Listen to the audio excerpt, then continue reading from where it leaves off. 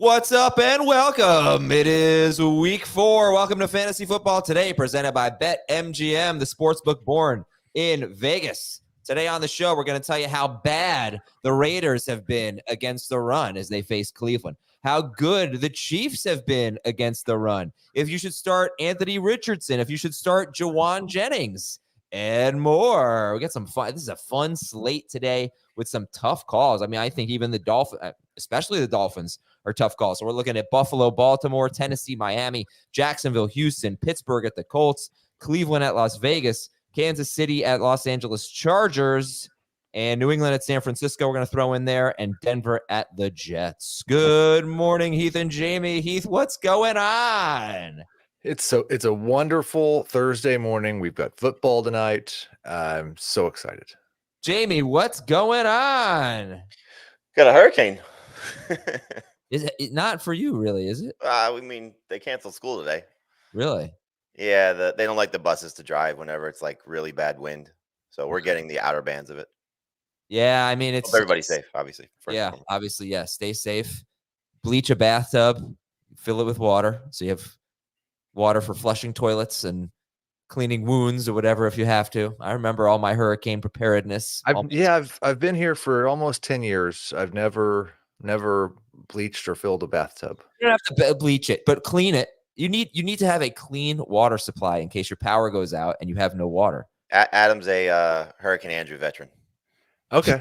See, my power is my water doesn't come from my electricity. Well, you could lose your water anyway. I mean, I remember when I was in college, we had 3 hurricanes my junior year. It was Katrina, which obviously was worse in other places, but Katrina, Rita, and Wilma. Were you there, Jamey? Were you in Florida? Right, we back to back. So I mean, we are we knew what we were doing. Have water, not to drink, but for other purposes. Okay. Yeah. I don't think we have to worry about that for this one, but no, not you, but people in the Panhandle, Georgia. You stay safe, everybody. Okay, who do we love? Who do we love, Jamey, this week? Chuba Hubbard, start of the week. I never would have thought that in a million years after week 1 and how bad the Panthers looked. He turned things around in week 2, but clearly week 3 there was a big change, making Andy Dalton the starting quarterback. It looked like an actual offense, and he looked fantastic. And I think the thing that I was hoping for, which I'm still hopeful for Jonathan Brooks, is the role in the passing game. We saw that from Dave Canales in Tampa Bay, specifically with Rachaad White and Hubbard. 5 catches, 55 yards, and a touchdown on 5 targets, and now they're down Adam Thielen. So we've seen this Bengals defense right now. They definitely did better against the run from a running back perspective last week against the Commanders. Brian Robinson did score a touchdown, but he didn't exactly run very well. But week 1, it was Rhamondre Stevenson. Week 2, it was Isaiah Pacheco. I think this is going to be a pretty significant week for Chuba Hubbard, and probably his last big week, because it sounds like Jonathan Brooks is coming back. So this is an opportunity, I think, for him to go out with a bang and maybe establish himself as a still big piece of this offense moving forward when Brooks does return. Okay, I just got this email from Ethan. Starter sit. Ridley, just one. Ridley, Christian Kirk, Chuba Hubbard. So far it's Chuba, right? Yeah. Yep. Or Tyreek Hill. Chuba for me. Yeah, I'm fine with that. I think I've got Tyreek projected for like 1/10 of a fantasy point more in full PPR. So yeah, I think Chuba's probably safer. All right, Chuba Hubbard against the Bengals. Heath, how about you? Who do you love this week? Yeah, I'll go with the guy that I've got ranked right next to him. I haven't had Brian Robinson ranked as a top 20 running back yet this season, but Austin Eckler's out with a concussion. Robinson won't get 100% of the touches, but he should see a higher percentage in the game, I think, with the highest over-under on the slate against the Arizona Cardinals. Good matchup, lots of volume. Start Brian Robinson. All right, and how about players to avoid? Heath, I know you want to go first. Yeah, I really don't. But I always forget the how high these. You know what? Jared Goff's at home, and we talked about this fantastic schedule that Jared Goff had to start the year, and how we were going to be able to start him for the first 2 months, and it's been miserable. And I don't want to start Jared Goff even at home. Really? Okay. Jared Goff against Seattle on Monday. Who are you starting over him? I am starting Baker Mayfield over him. I'm starting Sam Darnold over him. I'm starting Daniel Jones over him. Oh my God, no. Wow. No. Oh, geez. Wow. I hope you're right. Yeah, for my sake tonight. But my goodness, Jared Goff versus Daniel Jones. Okay, Jamey, who are you avoiding? I'll stick with the same theme. Avoid the guy that's facing Patrick Surtain. It's Garrett Wilson's turn. We've seen it so far this season. It was DK Metcalf. It was Mike Evans. It was George Pickens. I mean, the number one receiver against Denver has been erased, and Garrett Wilson gets his turn. So not a top 24 receiver. It was the same way for me with Mike Evans last week. I think we'll see Aaron Rodgers challenge him a little bit, but the production has been absolutely miserable for the guys that Surtain has had to face. So sit him if you can. Yeah, and I wonder, like, obviously, if he struggles this week, we're probably going to say, buy low next week on Garrett Wilson. But if you're playing with savvy fantasy managers, maybe you buy low now and you just take the chance that there's a bad week and get this manager's like, all right, Wilson's going to struggle this week. I might as well get him off my team. You know, Got it. I don't understand why he's been worse with Aaron Rodgers. Like, is he just playing slower and the volume's not as good, and so like his receiving yards per game's down. He's faced tough players. He placed Gonzalez last week, who shadowed him. Who do you have week 2? Yeah, but if I'm drafting a guy at the 1-2 turn, Sneed. Yeah, play Sneed. He got shadowed by Sneed. If I'm drafting a guy at the 1-2 turn, it's not supposed to, like, there's not supposed to be 7 different cornerbacks in the NFL that, well, the matchup's tough this week. I can't trust him. He just after this week, he just will have happened to face 3 very good corner, like almost as bad of a schedule as you can get. So maybe we should talk about this as a starter sit. Who are the cornerbacks you avoid? Surtain for sure. I think Sneed, based on last year and shadowing Garrett Wilson in week 2. Well, I mean, that factors into Tyreek Hill. He did a great job against Tyreek Hill in the playoffs, right? I don't remember that. Did he? Yeah. Well, either he did or the weather did. One of the two. Right. Well, remember and him throwing him to the ground. We all saw that. Tyreek just getting abused. Right. So those are 2 of them. I mean, I know Jair Alexander just. So who are the? But no, not him. I want to flip the question a different direction though. Who are the wide receivers that you don't care? The top 5 guys. I mean, so it stops before Garrett Wilson. Like, yeah, I don't think he's done, like, you know, Dave brought this up last week with Mike Evans when we had this conversation. You know, he's like, I'm not sitting Mike Evans against anybody. Basically, I don't want to speak for Dave, but that's I think the gist of it. And I think that's the case for most people. You know, you don't really have a lot of, like, your team has to be pretty loaded to bench Garrett Wilson, to bench Mike Evans, to bench, you know, DK Metcalf. George Pickens is a little bit different conversation, I think. But, you know, when you look at these guys, it's hard to sit them. You just got to hope, like we had, what was it, last year, 2 years ago, Metcalf has that big touchdown against Lattimore. You know, when Lattimore falls down or he shoves him, you know, I forget how it went. These guys are elite for a reason on the other side of the ball. And so, like, I'm not sitting Justin Jefferson this week because he's facing Alexander. There's no chance. No. But for what Wilson has done in his career, and certainly so far this season, I think it's justified, especially when we have 3 games worth of data of what he's done to some pretty elite talent already. I mean, we could put Alexander in the maybes. Like, if he does shadow Jefferson and does a great job, then maybe we can reevaluate. Another guy I would reevaluate would be Derek Stingley for the Texans. Yep. But the other great cornerbacks, like Sauce Gardner, he doesn't travel, so he's not going to shadow Cortland Sutton. Like, I don't think you care, but just thinking of the guys who actually travel, shadow receivers, and are great. Unfortunately, Garrett Wilson has had Sneed already. We'll have Surtain this week. I don't know if I want to throw the word great on Christian Gonzalez, but I think he's pretty damn good. So I think his schedule has been just about as bad as you could get. Right, but you mentioned Gonzalez, and that's a good call because the Seahawks receivers both had huge games. But not on him. Like, he actually, the next gen stats said that Metcalf did very little against Gonzalez. So yes, you're right. But the point would be is it's usually never 100% shadow. Correct. And Garrett Wilson's going to play in the slot. I mean, he plays in the slot almost 30% of the time. So he's going to not be, the Surtain doesn't usually follow into the slot. There will be snaps or he is not on Pat Surtain.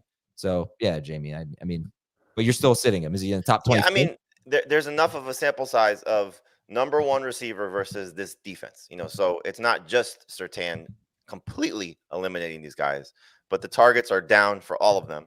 The production is certainly down for all of them. And you've seen what these guys have done. Really, the only one that hasn't had a huge blow-up game aside from this Denver matchup has been Pickens, and we know the reason there. It's just volume. Also, the Broncos and the Jets, they're playing. They have the two best pass rushes, highest pressure rates in football. So the Broncos' pass defense actually pretty good. All right, so we're starting Chuba Hubbard and Brian Robinson. Jamey said Hubbard. Heath said Robinson.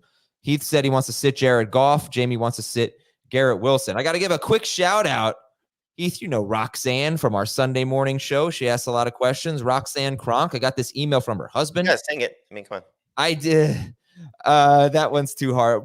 No, that's too hard. From her husband, Morgan. He said, can you give a shout out to my wife? And in the last 6 years, we, Roxanne and I, have beat cancer, survived a Category 5 hurricane, got engaged and married, bought our first house, and lots more while always listening to your show. When I was sick, the show really helped me take my mind off of things. We're daily listeners, and I was just wondering if you could give a shout out to my awesome wife on a show. And yes, shout out Roxanne. We'll see you on Sunday morning, 11:30 a.m. Eastern at youtube.com/fantasyfootball today to answer start-sit questions. And I think they're getting ready to evacuate again if they haven't already done so. So they're in the path of the storm. So to Roxanne and Morgan, good luck to you. Thank you for watching. Come on. And Morgan's a firefighter, so shout out to both of them. Yeah. I mentioned our Sunday morning show. It's a great way to get your questions answered. So that's youtube.com/fantasyfootball today at 11:30 a.m. Eastern. Me, Dave, and Heath, we're just answering your starter sit questions for basically 85 minutes or so up until kickoff. Jamey, you can see him on HQ on the CBS Sports app on Sunday mornings beginning at 10 a.m. Eastern. All right, we're going to take a break. We got news and notes, and we got one question for each game, and then we'll break down 8 AFC home games, 7 AFC home games, and plus New England, San Francisco after this on FFT. Well, you need your sports news anywhere? We've got breaking news to bring you. Then get your sports anytime you want them. Big trade news overnight to discuss. Because we know you need sports all the time. A lot of movement in the rankings this week. A legend adds to their legacy. We're bringing you that breaking news right here on HQ. CBS Sports HQ, anywhere, anytime, all the time. Your quarterback news. Justin Herbert is hoping to play against the Chiefs. Tua Tagovailoa reportedly feels fine and wants to play again this season. I haven't seen anything. The Dolphins play Monday, so they'll have their first practice today. Don't know who their quarterback's going to be. Are you guys kind of crazy, right? Yeah. Does it even matter? Oh gosh. I've seen two columns in two different South Florida publications saying that they need to play Huntley just because he gives them a different element with his legs and can maybe, steal a game or two. This obviously more from a win-loss perspective. McDaniel kind of alluded to Boyle just being a little bit more prepared at this point. That's why they went to him after Thompson went down. It sounded, just based on what McDaniel said, at least from what I was thinking, that he wants to go back to Skylar Thompson if he's healthy. Okay. The report that I read is that Thompson's unlikely to play this week. That's the bigger thing is Thompson able to play, and probably not. But I just got the impression from McDaniel that if Thompson was ready to go, he would be the starter, which I don't know why. Like I would try Huntley personally. Huntley took over for Jackson 2 years ago and went 3-2, including the game where Jackson left like right away. The numbers were ugly, but he did go 3-2. So anyway, we'll talk about that game. I saw an incredible Dolphin stat yesterday. What is it? They haven't had a tight end score a touchdown since Mike Gesicki in the 2022 playoffs, and he's been on two teams since then. Oh, wow. And how about this? This is the Cowboys tonight. This is the Cowboys' first short week road game ever, I think, because they always get the Thursday home game because of Thanksgiving. But only recently teams were allowed to play 2 Thursday games, and they haven't played on the road yet. So this is the first time they're playing on the road on a short week. Wow. Jordan Love was limited in practice. Let's keep our fingers crossed for him. Doug Peterson said everything is on the table. So he didn't even commit to Trevor Lawrence being a starter. I don't know what the hell is going to happen with the Jaguars. Is Doug Peterson still at the table? But I had to drop Tank Bixby in a league, And like, that's one guy I just don't really want to draw. If everything's on the table, well, ETN's been pretty bad, I think. So maybe just keep an eye on that. Yeah, that's smart. Let's bench ETN. I'm not saying anything's. No, I know. I'm saying that's Doug Peterson's answer. Yeah. Jalen Warren missed practice, but Najee Harris is going to play. I'll tell you about his role a little bit later, what happened in week 3 when Warren got hurt. Alvin Kamara missed practice. That sound you may have heard was me screaming when I saw that. He has injured ribs and a hip pointer issue. Just a Wednesday practice, not necessarily meaning Kamara is going to miss the game, but pick up Jamal Williams if you want. Dameon Pierce is reportedly trending in the right direction. He didn't practice, but he might play this week. Joe Mixon missed practice. So right now it's looking probably no Mixon, maybe Dameon Pierce, and Cam Akers is still there. Jerome Ford missed practice. Don't think that's anything serious. Austin Eckler's already been ruled out, as Heath mentioned. Kareem Hunt's going to play this week. He's apparently going to rotate in at the Chargers. Jonathan Brooks, as Jamey mentioned, is close to coming off the reserve NFI list, so Jonathan Brooks could be back as early as next week. Wide receiver news, Adam Thielen's on IR. Todd Bowles wants to get Mike Evans more involved. He's facing the Eagles this week. Tank Dell missed practice. That's one that looks actually pretty questionable with Tank Dell. We'll see if he practices today. Josh Palmer was limited. Marvin Harrison was limited. I think that's fine. Devontae Smith and A.J. Brown both missed practice. So if you're deciding Dak Prescott versus Jalen Hurts, go with Dak. But don't, right? Go with Dak? I would, yes. I would start Dak over Hurts, yes. I guess, we'll have another practice report before then. But right now, we're thinking Dak, but not Daniel Jones, right, Heath? Not Daniel Jones. Okay. Keenan Allen was limited. All right. Maybe he can get back out there. Jamar Chase has a shoulder issue. I don't think that's a big deal. And Jordan Addison practice. Looks like he has a good chance to play this week. Tight end. Oh, it's not exactly a squeaky wheel game, but it's a coming out in support of game for Travis Kelce, because Mahomes and Andy Reid, like, they seem to, they're sticking up for their guy. So let's go Kelce. What did they say? Mahomes said teams are going to have to stop double teaming Kelce, basically, or Rashee Rice is going to have he said 2,000 yards. So basically he said that Kelce's getting all this attention and it's opening up things for Rice. This is exactly what Dave said, by the way. Teams are going to have to make adjustments soon. David Njoku missed practice. Trey McBride missed practice. Evan Ingram missed practice. Taysom Hill expected to play, and George Kittle got in a limited session. There's so many offensive line injuries. I don't even know where to begin, so I'll probably skip them, except if you saw that Trent Williams missed practice for the Niners. That was with an illness. One good sign for Tampa Bay, right tackle Luke Gedeke was limited.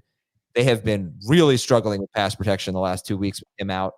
But Teron Armstead could miss, as if it couldn't get any worse for the Dolphins. Teron Armstead's in the concussion protocol. The Chargers could be without both of their starting tackles, and 3 Baltimore linemen missed practice. I don't know that any of them are really in danger of missing the game, but 3 starting linemen for the Ravens missed practice. And then on defense, 2 Giants cornerbacks have been ruled out. Vita Vea got in a limited practice session, so you sit Barkley, JK. Okay.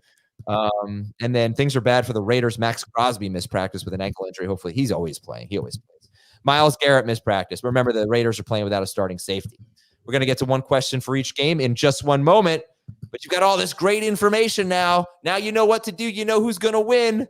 Why don't you sign up for BetMGM? If you haven't done it yet, use the bonus code FANTASY, and you'll get up to a $1,500 first bet offer on your first wager with BetMGM. Download the BetMGM app.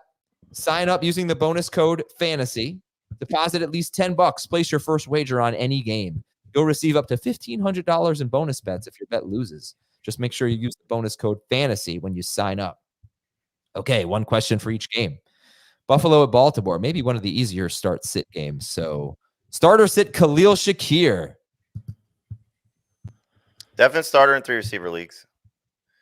In 2 receiver leagues, it obviously depends on who you have. For me, the cutoff line was I have Garrett Wilson 1 spot ahead of Khalil Shakir. Yeah, I'm lower. I'd prefer to sit him. If the pass volume spikes for Buffalo, then I think he's got a better chance, but he's still averaging fewer than 5 targets per game. That's tough to be a startable fantasy wide receiver consistently with that type of volume. Yeah, it's ticked up each of the last 2 weeks. It was 5 targets last week, 5 targets 2 weeks ago, 6 targets last week. Thing was 3 in the first week. I know he's caught every target that's been thrown to him because that's just what he does.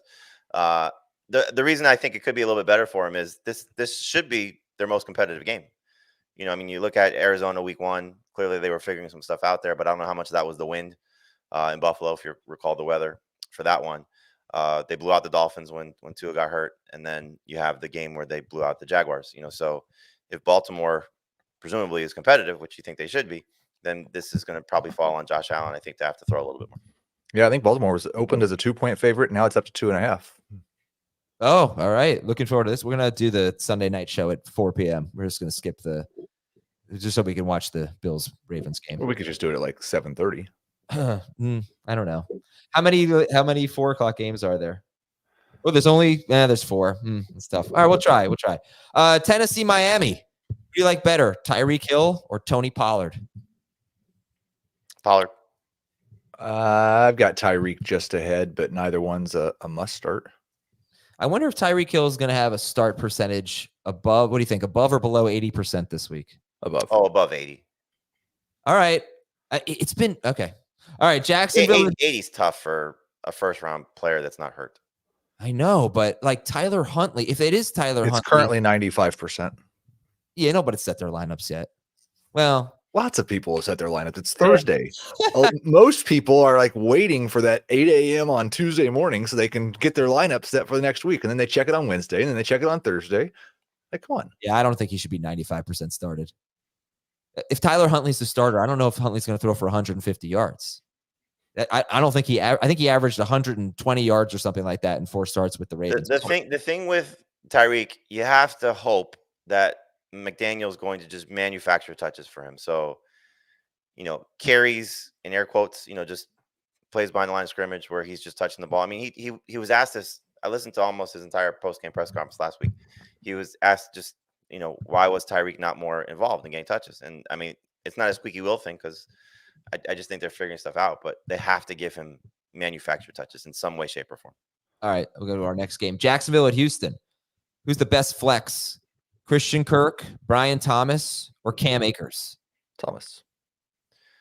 Kirk. Pittsburgh at the Colts. Do you like Najee Harris this week? And I've sort of been teasing this, but he basically was their third down back after Jalen Warren left. Yeah, moderately excited about Najee. He was in consideration for start of the week because Jalen Warren's most likely not going to play. And like you said, 5 catches last week for him, which is the thing that's been missing for 2 seasons, since his rookie year, or 3 seasons since his rookie year.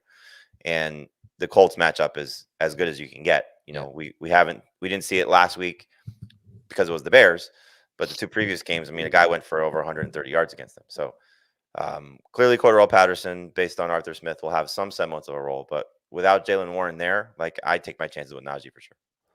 Start him in leagues where you receive points for touches and usage. Probably not if yards and touchdowns. No, he's a flex.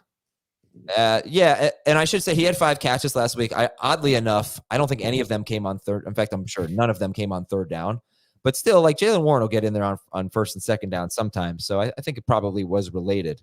Cleveland at Las Vegas, and you said that Indianapolis is as good as it gets for a running back, as good as it gets. But I think that might actually be Las Vegas. So Davante Adams or Jerome Ford, who's a better flex? So we got to keep an eye on Ford because he missed practice on Wednesday. And you should be picking up Deontay Foreman if he's available just to see, because if Ford, for whatever reason, misses the game, we saw what happened the last time that they had a game script that was in their favor. It was 2 weeks ago, and it was the Deontay Foreman show. So he outtouched Ford 15-8.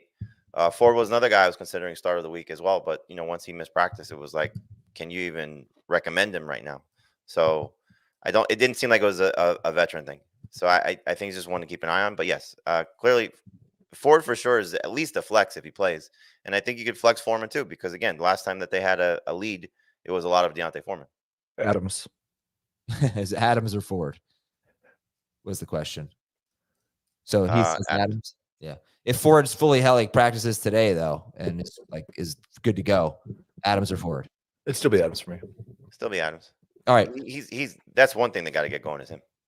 Kansas City at the Chargers. Carson, Steele, or J.K. Dobbins? Dobbins. Steele. All right. So now if we go back to the playoffs, the last 5 games, the lead running back against the Chiefs has averaged 3.6 yards per carry or worse. And those running backs have been James Cook, Christian McCaffrey, Derrick Henry, Zach Moss, and Bijan Robinson. So it's pretty, right now they've got a really good run defense, which is weird because they had a terrible run defense up until that point last year. New England at San Francisco. Who's a better flex, Rhamondre Stevenson or Jauan Jennings? Jennings in PPR.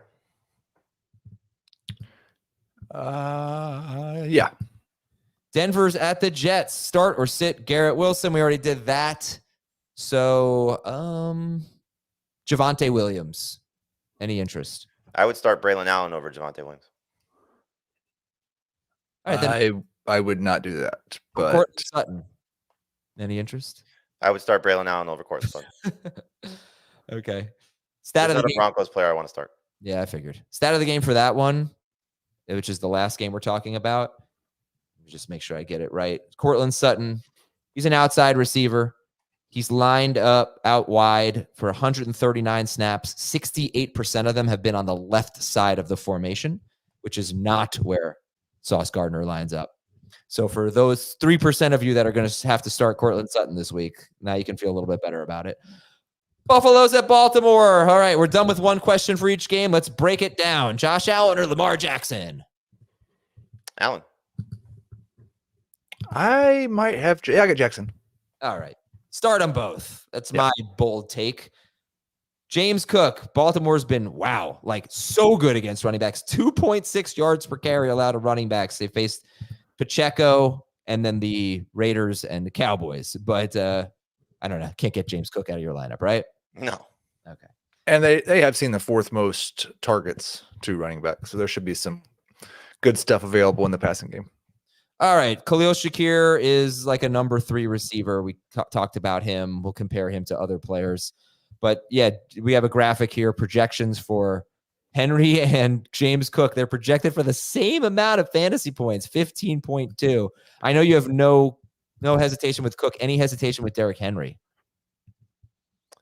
This potentially could be a bad game script for him if the Bills offense continues to just be a juggernaut and they're chasing points. But you can't bench Henry at this point. I'm not. I would, if I had to start one, if I had somehow Jordan Mason, James Cook, and Derrick Henry, then I would sit Henry before I sat Cook. But okay. This could be a Justice Hill game, not again starting him over any of these guys or anybody significant, but you see game flow, how it could go. The Bills, I believe, are 4th or 5th in most receptions allowed to running backs on the season. 19 catches. I don't know where that stands, but it's in that top 5 range. And clearly we saw in a track meet type of game, week 1-ish, Justice Hill was huge from a pass catching standpoint. 6 catches in that game. So, you're talking desperation flex, PPR, desperation running back situation, PPR. Certainly not none, but there's a chance Justice Hill could matter this week. You guys like Kincaid this week?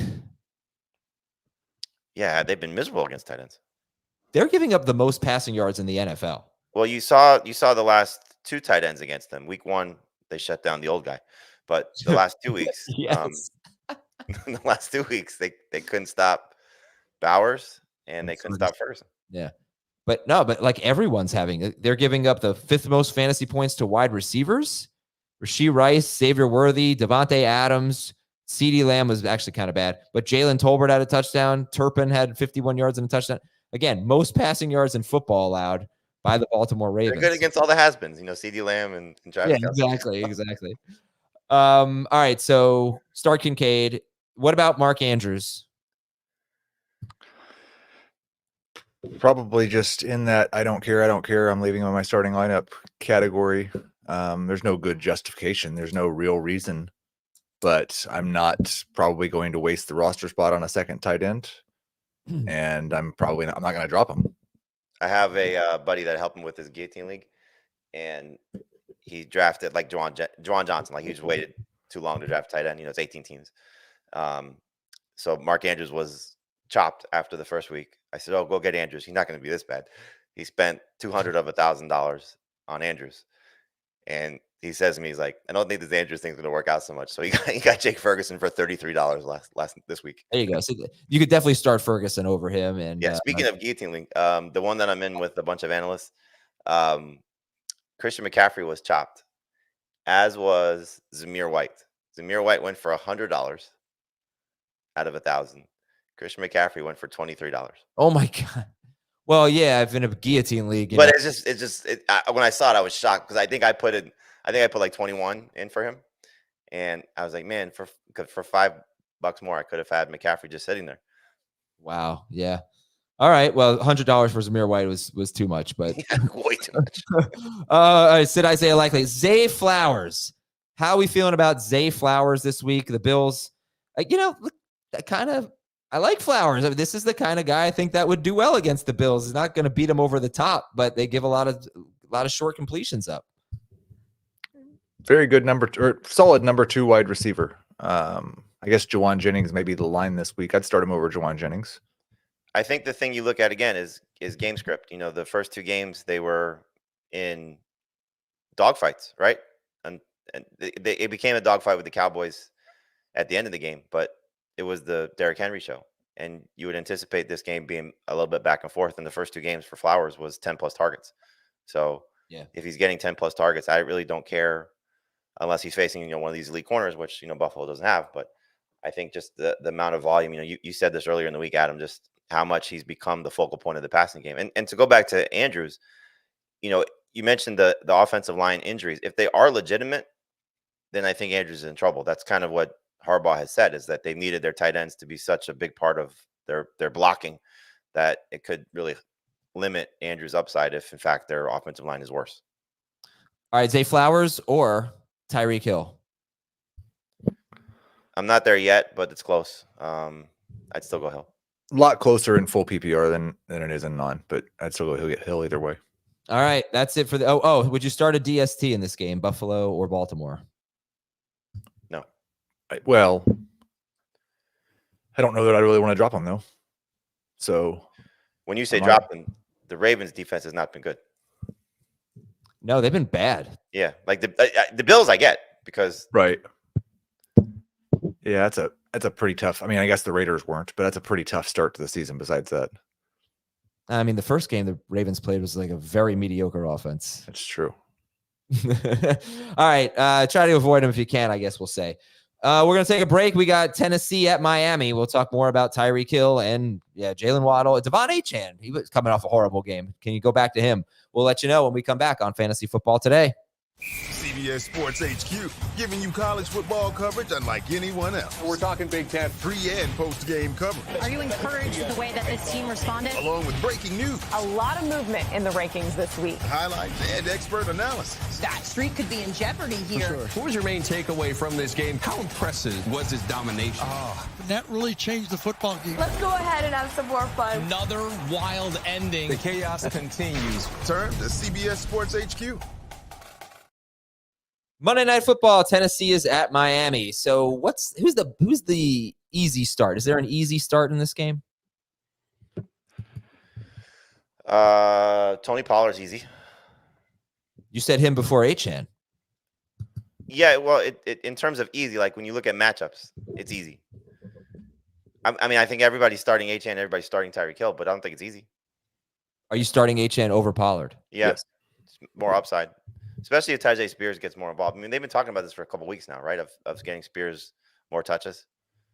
Yeah, maybe it'll happen. They talked about it all summer, but they didn't actually do it. Yeah. And last week was the first time, but they were behind. Week 1, the third down role was pretty much exclusively Tajay Spears. Week 2, Spears got hurt. But week 3, they split it.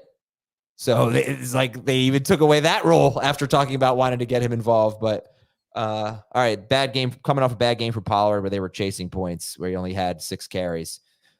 But you are starting Achane. All right, so there are more tough calls in this game than there were in Baltimore Buffalo. So let's break it down. We're going to sit Will Levis. We're going to sit whoever's starting for the Dolphins at quarterback.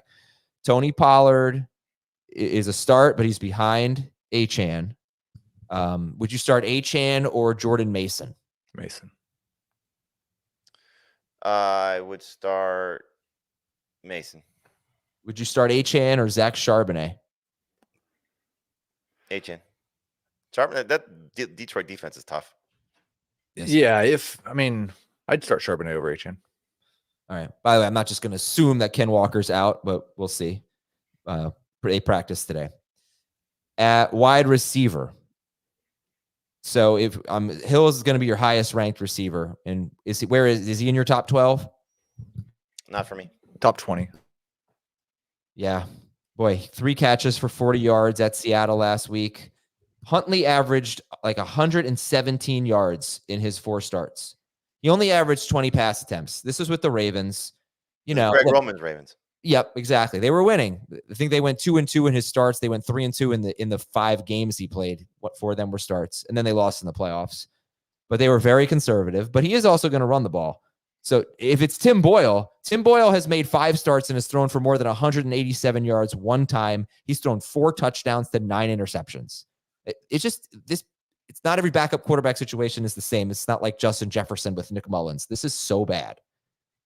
So I don't know. Out of obligation, people are going to start Tyreek Hill, but they're not going to start Jalen Waddle, right? Nope. No, he's been miserable without Tua. It's now 9 games. He's averaging under 50 yards per game. No touchdowns in those 9 games. But just like the only time that Tyreek Hill has been good without Tua was with Teddy Bridgewater. Well, even with Skylar the first time, like it was like 13 points per game. It was 13 points. It wasn't Tyreek Hill, but it was a starting fantasy wide receiver. Like Jalen Waddle points, 4.3 points, and 14.4 points, and now 7 points in 4 games. Yeah, as you would say. Is this the defense to not starting Jalen Waddle? No, those are Tyreek Hill's numbers. I know. Oh, this is telling people not to start Tyreek Hill. But listen, I have Tyreek Hill in 1 league, and I'm starting him because he's Tyreek Hill. I get it. I mean, look, it's almost impossible to sit both of them in 3 receiver leagues unless you have a lot of great options. Like, we've talked about Jalen Tolbert this week and Michael Wilson this week, and I guess I shouldn't say I start Wilson over Waddle. But you're not scraping the bottom of the barrel to sit Jalen Waddle, and you're certainly not doing it for Tyreek Hill. Like, Heath mentioned the Jauan Jennings cut line. Like, I don't think people are going to sit Tyreek Hill for Jauan Jennings. Oh, by the way, the Titans have allowed the 3rd fewest fantasy points. That's the other part of it, is that they're good defense. Yeah. So let's talk about the other receivers. Let's talk about Ridley and Hopkins. Hopkins coming off a big game, 73 yards and a touchdown on 7 targets. Ridley coming off a terrible game after a great game. He has only 16 targets in 3 games. Heath, is there any case to be made to start Calvin Ridley? I think he's a number 3 wide receiver. He'll at least move around a little bit, so it's not like he's going to be stuck with Ramsey on him the whole game. There's lots of upside and there's very little floor on a weekly basis with him. I think he's just kind of in that boom bust number 3 wide receiver territory. I'm sorry if I asked this. Would you start Khalil Shakir or Calvin Ridley? I would start Ridley. Shakir for me. Definitely Pollard over Ridley. Yep. But not Spears, right? No. How would your Achane outlook to change, by the way, if Raheem Mostert plays? It would be downgraded a little bit. Okay. So we got these running backs like Jerome Ford, Chuba Hubbard, Najee Harris. Let's say Jerome Ford plays. They've got good setups. They've got good situations here. Would you start that trio, any of that trio over Achane? Chuba Hubbard, Jerome Ford, Najee Harris? No. Jamey, your start of the week, Chubbard or Achane? I originally had it when I first did my rankings of Chuba over Achane. I think there's just too much upside with Achane. But if Mostert does play, then I would start Hubbard over Achane. I mean, this Titans run defense is good. And I know Emmanuel Wilson had a big game last week, but Jacobs did not. And so with the way the Dolphins may operate, like I almost think Huntley's better for Achane than Skylar Thompson at this point, just because we thought Thompson might throw the ball to Achane a lot. And maybe that happens if it's Boyle or Thompson again. I think Huntley will open up more running lanes for him, and hopefully that's the case. But you have offensive line concerns now. You have quarterback concerns now. It's tough to say. Again, your question, any of these guys are safe? I'll read some questions from the chat, and then we'll move on to the next game. Achane or Brian Robinson, half PPR? Achane. Yeah, as I'm thinking about this, like I'm gonna drop Achane. I would start Robinson. Hopkins or Carson Steele? I'll go back to what I said. I'd start Pollard over him. I would start Hubbard over him. It just feels icky. Steele or Hopkins have PPR. All right. I like the on the show. I like when we talk it out, and helps me anyway. I'm sure it helps the listeners just to put these guys in perspective. And we're sitting the tight ends in this game. Which, excuse me, DST do you like better?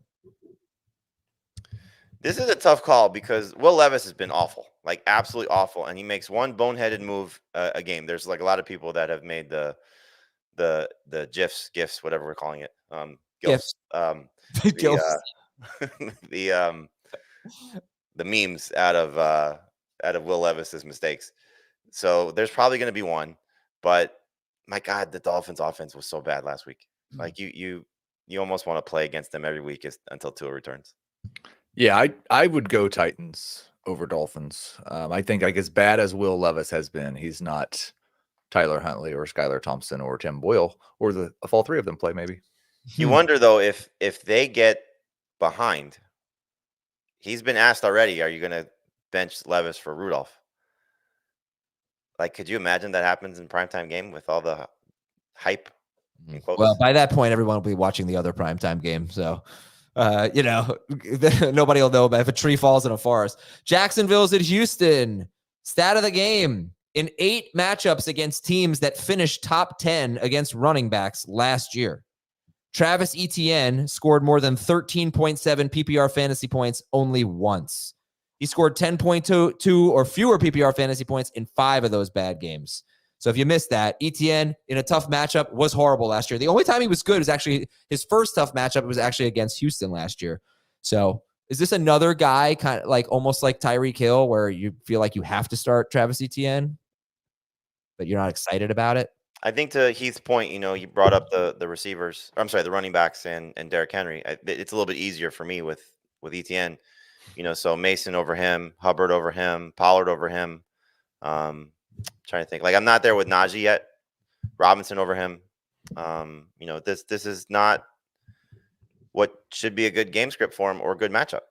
You got lucky with Etienne last week that they kept him in after they pulled Lawrence. Yeah. I sit Lawrence and all right. You said Brian Heath. I think you said Brian Thomas was your favorite Jaguars receiver. Oh, you're muted. Yep. There you go. And Jamey, you said Kirk, right? Yeah.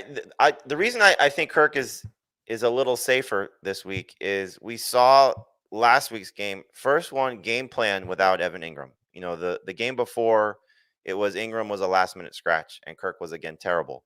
And so the amount of volume that he got last week, I think was almost hand in hand with, okay, Ingram's not there.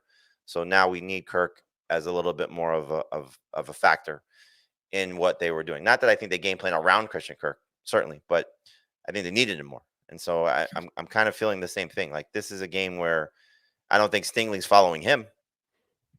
Who, Kirk? Yeah. Thomas. No, definitely not Kirk. Right. Probably not Thomas either, but yeah. All right. Well, we like them, but who was Calvin Ridley or these guys? I would start both Jaguars receivers over Ridley. I've got it. Ridley, Thomas, Kirk. I would go Kirk, Ridley, Thomas. All right. So very different there. And start Brenton Strange. If you're desperate. If Evan Ingram's out, I'm probably starting him.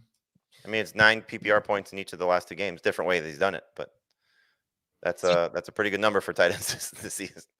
CJ Stroud is off to a bad start. 236 passing yards per game. Last year, 274 passing yards per game. 1 full yard per attempt less. That's what he's Diggs just kills every passing game. Who does? Diggs. Wow. Oh, yeah, right. Yeah, he's the curse. The slot receiver, Stephon Diggs, plays in the slot like more than half the time.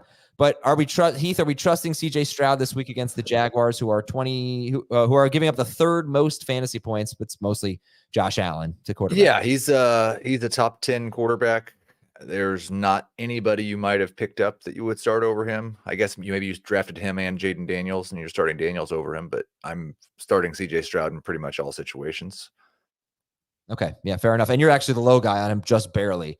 Jamey 6th, Dave 7th, Heath 8th for CJ Stroud. So let's talk about Cam Akers here. And people are in the chat are asking about Dameon Pierce. Dameon Pierce coming back. Jamey, what is your projection for how the backfield's going to look this week? If Pierce plays, I don't think you can start any of them with confidence because it could be Pierce, it could be Akers. I think they're both flexes.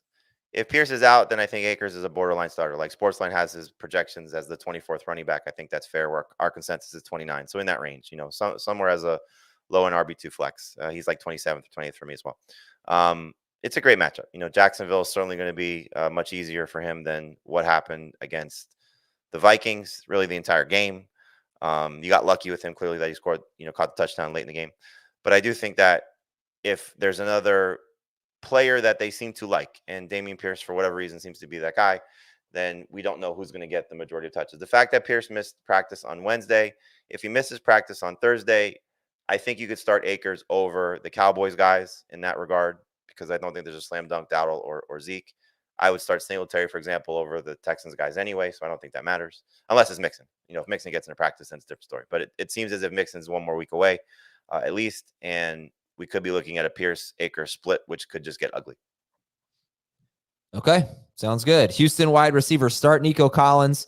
And then are we starting Are we starting Stephon Diggs, Heath? And does that depend on Tank Dell's status because he's questionable? Yeah, I think Diggs is in the point where he's probably a low-end number 2 wide receiver in most leagues. You're definitely starting him in a 3 wide receiver league. He becomes a definite start in a 2 wide receiver league if Tank Dell is out.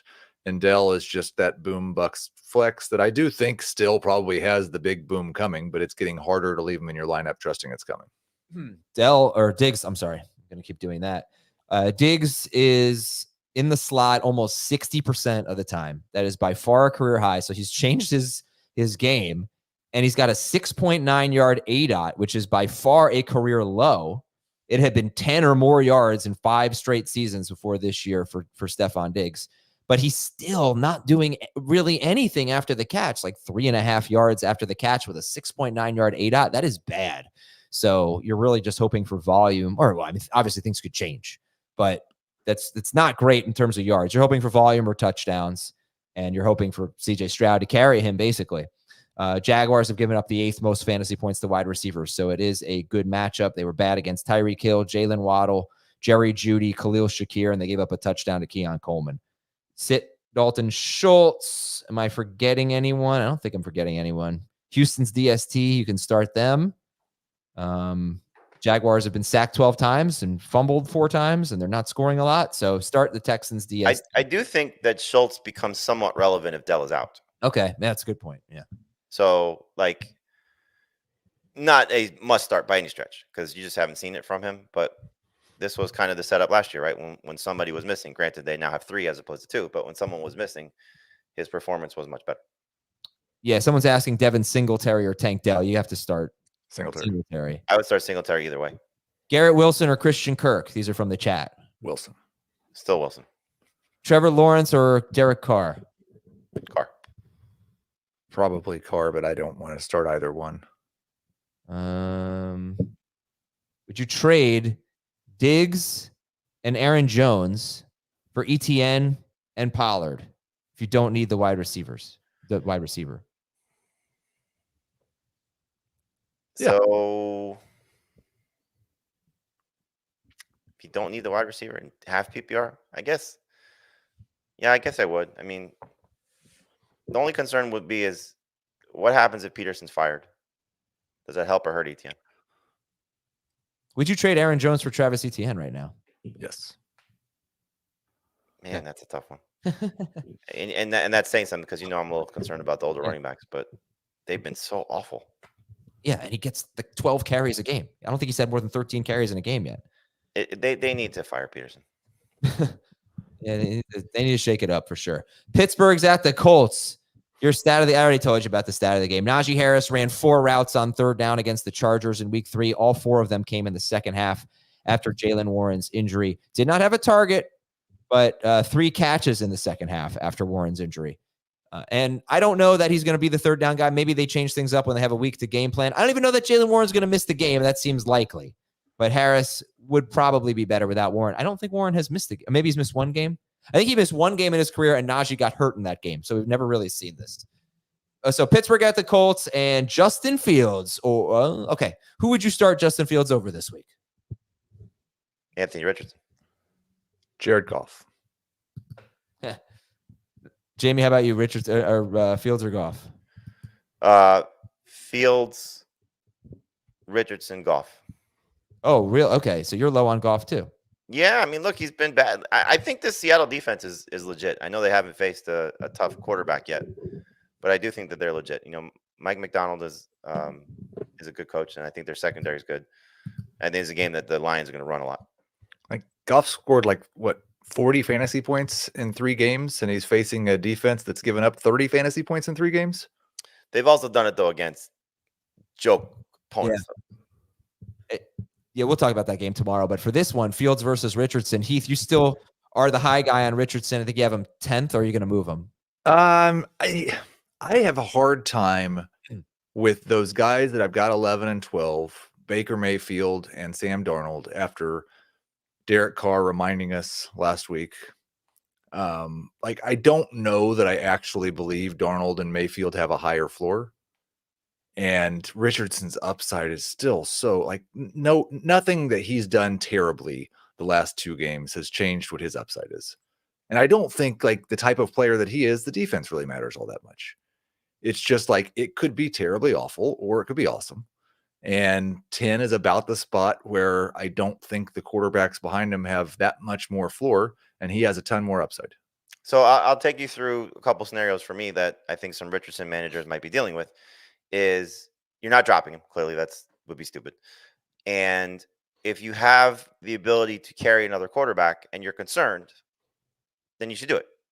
If you believe in Darnold, you believe in Dalton's matchup, for example, which is fantastic. You believe in Heath believes in Daniel Jones this week. I know you wouldn't start him over Richardson, but you get my point. If you believe in a certain backup quarterback, Geno Smith, for example, who's got I think a good matchup. Baker Mayfield, who's clearly been good 2 of 3 games. If you don't want to make a roster move, then you just buy into exactly what he said.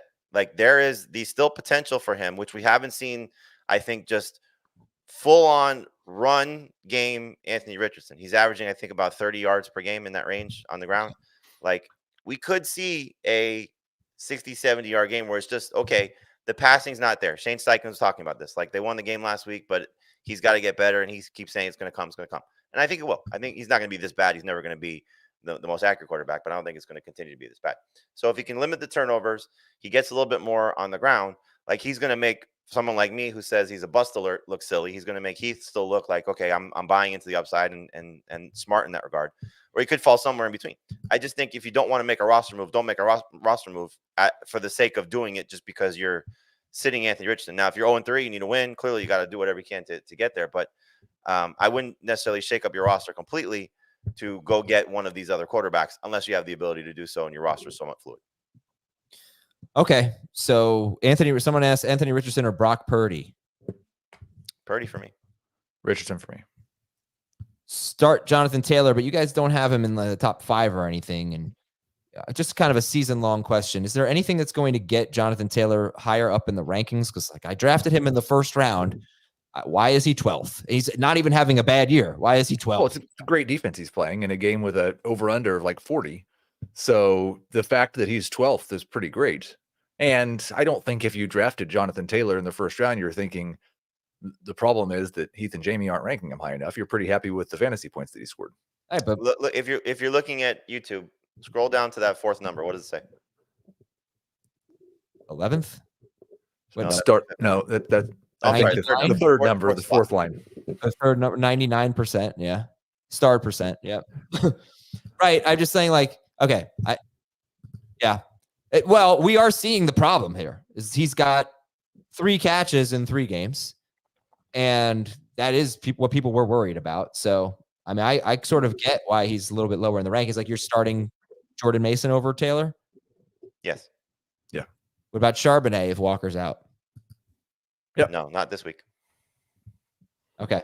Steelers are, have been arguably the best defense in football. They've been so good. Fewest fantasy points to quarterbacks, 2nd fewest fantasy points to running backs, 4th fewest points to wide receivers. Didn't even bother looking at tight ends in this game. But all right. Anyway, most people are going to start him. The Steelers have held Bijan Robinson to 3.8 yards per carry, Javonte to 1.6, and J.K. Dobbins to 2.9. I'm assuming we're sitting all of the Colts receivers. Yes. They have any? Well, you should see the move that Adonai Mitchell made on basically his only route of the game. He ran 2 routes. One of them was a screen pass to Josh Downs. The other one was a deep target. He destroyed this safety. And Anthony Richardson made such a bad throw for an incompletion. But good grief, Adonai Mitchell is special. He's not playing right now. His speed is special. Okay, on the other side of the ball, Justin Fields or Derek Carr. Fields. Mayfield.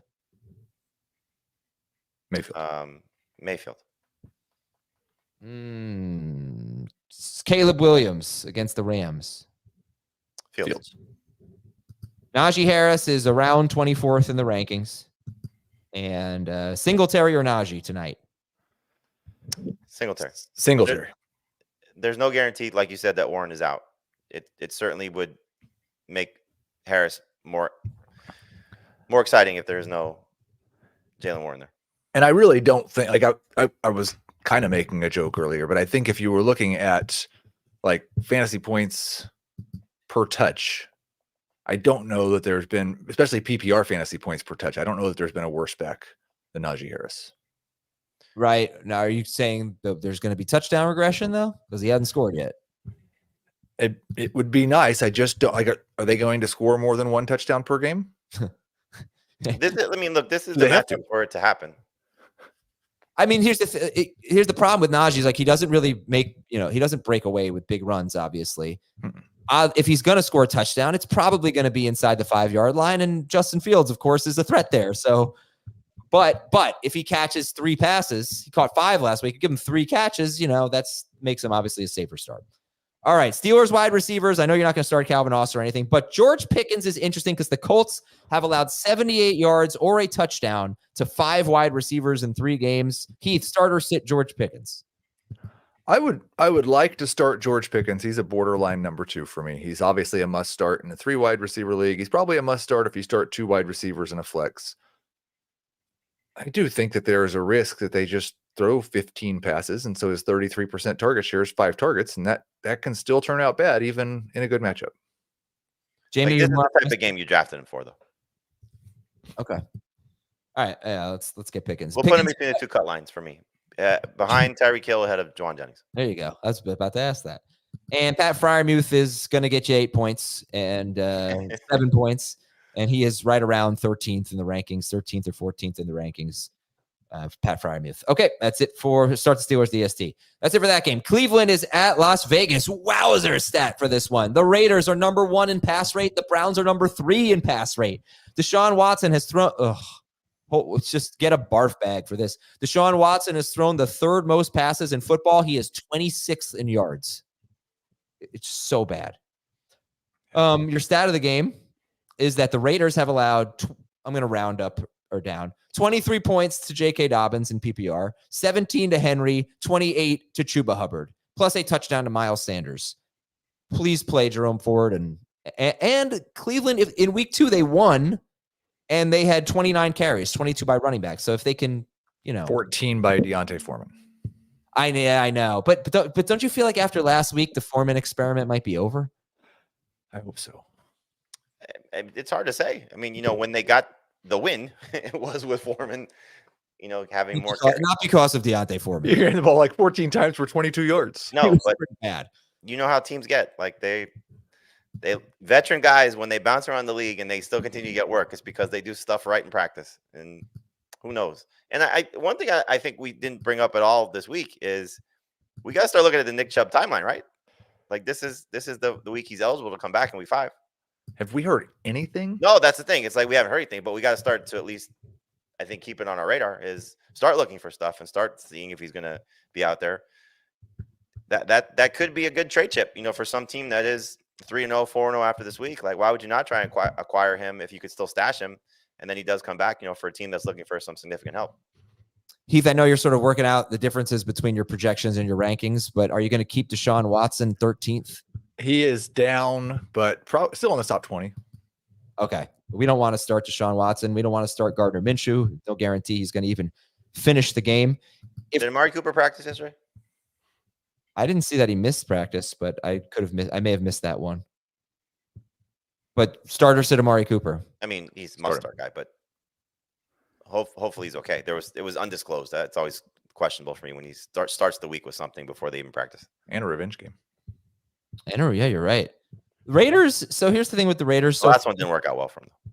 The Raiders have been, bad against receivers, but they've been terrible against slot receivers. They've been good about big plays. They've been given up the second fewest completions of 20+ air yards. However, they just lost a starting safety, a guy who plays basically every snap, Marcus Epps, for the season. But it's been like underneath stuff and slot stuff that have killed the Raiders. If it happens again, if like Elijah Moore has a big game or something, then we might really need to track it. But, just pointing that trend out. But Cooper, okay. Cooper, Tyreek. Cooper. All right, there you go. He's ahead of that line. Let's hope David Njoku plays. If David Njoku plays, would you start him? Yes. Yeah. I mean, it's so bad. Yeah. Gardner Minshew, no. Zamir White, Alexander Madison. Do we like either of these guys? Madison over Zamir. I've got Zamir over Madison, but it's they're both basically desperation flexes. Which game would you rather watch? The Raiders, Browns, or Dolphins, Titans? Raiders, Browns. Or is it Clockwork Orange where they just have to hold your eyes open and make you? Oh gosh. Boy, I would rather watch the Dolphins Titans game. I feel like I'll get more useful fantasy analysis out of it to help me predict the upcoming games. Well, okay. Yeah. Which contract do you think is worse right now? Deshaun Watson's Deshaun Watson. And Deshaun Watson, how is this happening? How did he go from one of the best in football to one of the very worst? He is in his prime. Is it his shoulder? I don't know. It's unbelievable. Well, no, I mean, but like, yeah, I mean, I asked this to Jacob on Beyond the Box Score, and Jacob said karma, and that might be the answer. But him being a bad, like maybe a bad person, I don't know, whatever. Okay, I'm not touching that. That doesn't mean that he should be bad at football. I don't understand how Deshaun Watson has been so bad at football. And obviously I'm disgusted by all of it. But Davante, by the way, great comment in the chat from No Thank You. You gotta scroll up a little bit now. What do you say? No Thank You, that's the name? Yeah. I'm not seeing it. Can you sum it up? Something about Dan not seeing Clockwork Orange, but he's watched every episode of This Is Us. All right. We love a good Dan rip. Oh, there we go. Garrett, yeah. Sorry. Davante Adams or Amari Cooper? Cooper. They are back-to-back for me. I've got Adams one spot ahead of Cooper, but I'm not sitting either one of them. Are you starting Jacoby Myers? No, desperation play. Start Brock Bowers. And DST, like a DST in this game? Which one do you like better? Browns. If Myles Garrett doesn't play, we have to reassess that. Don't watch A Clockwork Orange, by the way. There's nothing enjoyable about it. It is like... The book is fantastic. Testing the limits of what you as a human being can tolerate. Like, it's just awful. Yeah, I'm like offended by that movie. Okay, we're going to take one last break. As a theater guy, I'm surprised. Theater guy, yeah. We'll take one last break, and I think we have 2 more games to get to. We'll be right back on FFT. A Quiet Place Day 1 is now streaming on Paramount Plus.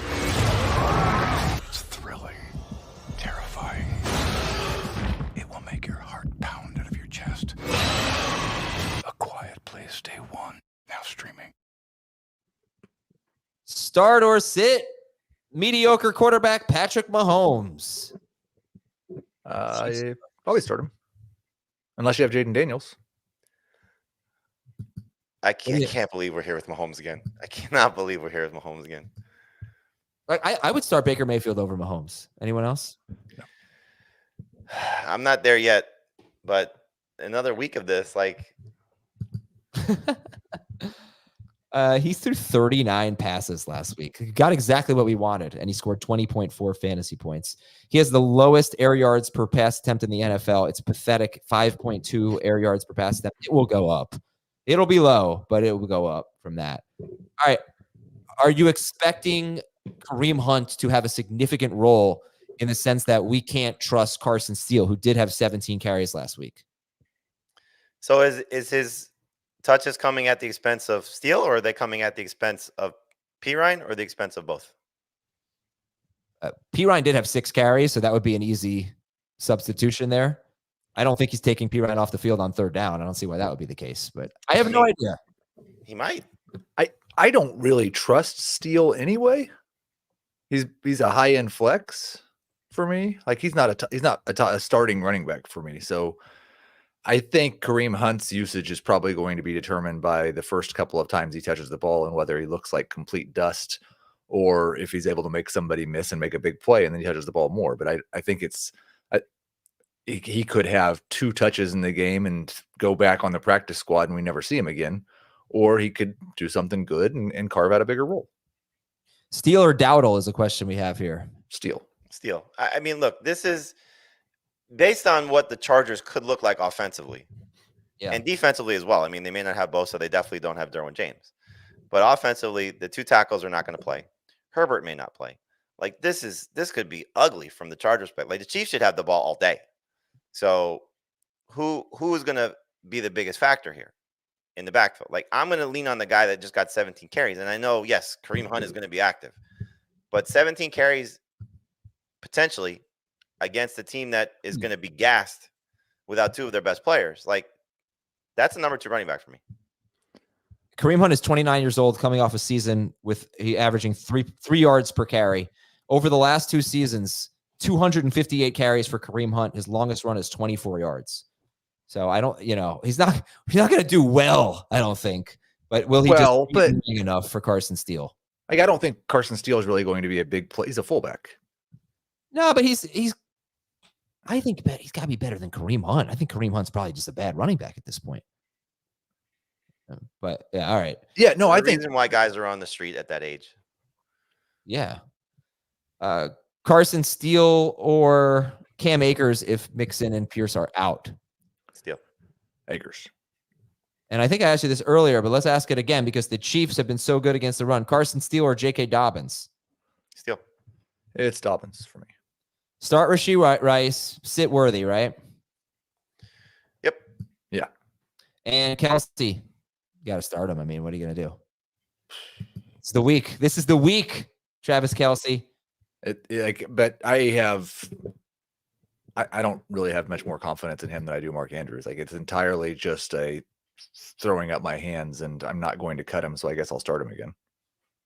Jaden Reed or Quentin Johnston question we have here. Reed easily if Love plays. And what if he doesn't? So they both have backups. I'll take Reed with a backup as opposed to Johnson with Taylor Heineke. And I do think I saw yesterday that Justin Herbert said he feels better on Wednesday of this week than he did Wednesday of last week. So it kind of feels like he's probably going to play. He's played through so many injuries. He might not play well, but it feels like he's probably going to play. Steele or Ford from the chat? Ford. Ford if he gets in a full practice day. And any Chargers that you are excited about? None that I'm excited about. No. I would sit Dobbins if you can. Yeah, where's Dobbins in your rankings? 25, 27 or 28. Got a Dobbins or Pollard question. Pollard. Kincaid or Kelsey from the chat? I think I still have Kelsey ranked higher, but I should probably switch that. Yeah, I've got Kelsey 1 spot higher, but I'm not be great if one of them scores double digits. All right, don't start McConkey. Chiefs DST is a must start. New England at San Francisco. All right, stat of the game, the good and the bad. The good from last week, Brandon Ayuk had a 33% target share in week 3, and he was wide open down the field for what could have been a huge play. I think, Jamey, you mentioned that yesterday. I hadn't even seen it until this morning, but I don't know why. Purdy didn't pull the trigger. He had Ayuk. He was on that side of the field, like he rolled left. Yeah. It's like he just didn't see him. And then the bad. Stud wide receivers against the Patriots. Metcalf had a huge game. Christian Gonzalez did not give up the big play. But Jamar Chase, 6 for 62 on 6 targets. Garrett Wilson, 5 for 33 and a touchdown on 9 targets. Any hesitation with Ayuk this week? Don't forget Smith and Jigba in the same game. So but he's a slot guy though. So I mean, there's still 2 receivers of prominence here. All right, I think Christian Gonzalez is probably going to follow Brandon Ayuk around. Are you hesitant at all with Ayuk? No. Hesitant in terms of must start slam dunk? Yes. Hesitant in terms of are you starting him in 3 receiver leagues? No. He's no, you're not hesitant. As in you are starting him. Yeah. Not hesitant to start him in 3 receiver leagues. He is just outside the top 20 for me. I think again to what we've talked about, like if you have receivers that you like, and that includes the guy in his own team, I probably would still start Ayuk over Jennings with the hope that this is the Ayuk week. But it's got to be troubling at this point. Like you've seen at least one game so far without those guys there, and now Kittle may return. That's true. Maybe Christian Gonzalez will cover Jauan Jennings. And I think it's just such a different thing between what we were talking about at the beginning of the show with shutdown corners. Like you mentioned, those 3 wide receivers, they all 3 scored at least 12 PPR fantasy points. That was the floor. Like that's not a bad floor for anybody. Yeah, Gonzalez is not in the same range as Surtain yet. No. And Heath is not close for you. You have Ayuk 12th and you have Jennings 26th. Yep. If Kittle plays, then what? Ayuk's probably 20 and Jennings is 30. Okay. And Purdy would move up, I assume? Because he's around 14th for you guys. 14th for Jamey, 15th for Heath, 13th for Dave. I would start him over. Like I have Dalton 1 spot ahead of him just because Dalton's matchup is so good. There's a pretty good gap in my projections after Darnold. I've actually got Purdy at 13 now, so it'd be Darnold at 12 and then Purdy at 13, but I'll probably just leave Darnold at 12. How do we feel about Rhamondre Stevenson this week? Very similar for me as I feel about Dobbins. Like not a slam dunk start. Low end RB2. I've got him 2 spots ahead of Dobbins, so I agree. I would start Steele over Stevenson. I would start Najee over Stevenson. I think both those guys are in better spots. I would start Stevenson over both. Would you start anyone in the Patriots passing game, including Hunter Henry? No. I mean, again, this is similar to like Seattle facing quarterbacks. The Niners have not faced any tough tight ends yet, and they're the best team against defending tight ends. This is a question here. I mean, this I think will probably be an easy one for you. Rhamondre, Pollard, or Chuba Hubbard? Pick 2. Stevenson's on the bench. I would agree with Jauan Jennings or Chuba Hubbard? Chuba. Freiermuth or Hunter Henry? Freiermuth. I've got Henry higher. Brock Purdy or you said you have Darnold ahead of him, right? Yep. Heath also has Darnold ahead of him. All right. Brock Purdy is just outside the top 12. Anthony Richardson or Purdy? Heath has Richardson, but Jamey has Purdy. Okay. If you I think if you want floor, then Purdy's the right play there. But Richardson has more ceiling. And Jordan Mason is still a must start. And we talked about San Francisco's receivers and tight end, and you can start their DST. And holy cow, I have another game? Jeez. All right, let's do this one quickly. Denver at the Jets. Aaron Rodgers or Brock Purdy? Purdy. Garrett Wilson or Jerome Ford, Najee Harris? Harris for sure, and potentially Ford. I would go with the running backs and non-PPR. I'd go Ford, Wilson, Harris, and full PPR. We should probably do some more Garrett Wilson. Garrett Wilson or Jameson Williams against Seattle? Wilson. Jameson. Garrett Wilson or Pickens? Pickens. Wilson. All right. Obviously, Heath is higher on Wilson. He has him 18th. Jamey has Wilson 29th. And if you're curious, you stuck with all the guys against Surtain all season, right? Yeah. Well, not Pickens, I don't think. That makes sense. Yeah. All righty. Don't start a Bronco if you can. And you could still pick up Cortland Sutton. He's 75% rostered. Bo Nix, honestly, I did watch Bo Nix. I watched every Bo Nix drop back. He played much, much better. And PFF even graded him much, much better. Has been the second best rookie quarterback so far. Who am I missing? Behind who? Daniels. Oh, right. That guy. Yeah, he's okay. Yeah. I mean, Bo Nix was so bad the first 2 games, and he actually did some, and he threw the ball downfield. It's not like it was encouraging stuff. Don't think he's going to do it again, but it could be good for Sutton. Oh, I mean, this week could be good for Sutton down the line. Alan Lazard, starter sit. Number 3 receiver. For the definition of a number 3 receiver, I'd start him over Ridley. I'd start him over the Jags. Tyler Conklin or Pat Freiermuth and Hunter Henry. See, I think if you look at what Rodgers will probably do, he's probably going to lean on these other guys, not named Garrett Wilson. So Conklin for me. I'll go Henry, then Muth, then Conklin. Okay, I'm looking at some questions in the chat. I'm not sure if we have any for this game, so that will do it. Don't think there are no more surprise games. We are done with today's show, and we will talk to you tomorrow on Friday for starter sit for the NFC home games. Let's see if the Giants can change history or start new history today and break a 6-game losing streak and maybe record a sack against the Dallas Cowboys. We'll talk to you tomorrow with a recap of that game. Giants could be 3-1. Should be 3-1 if they win this game. Right, but they'll be 1-3. So They'll be 1-3. Correct. Yeah. All right. We'll talk to you tomorrow. Later.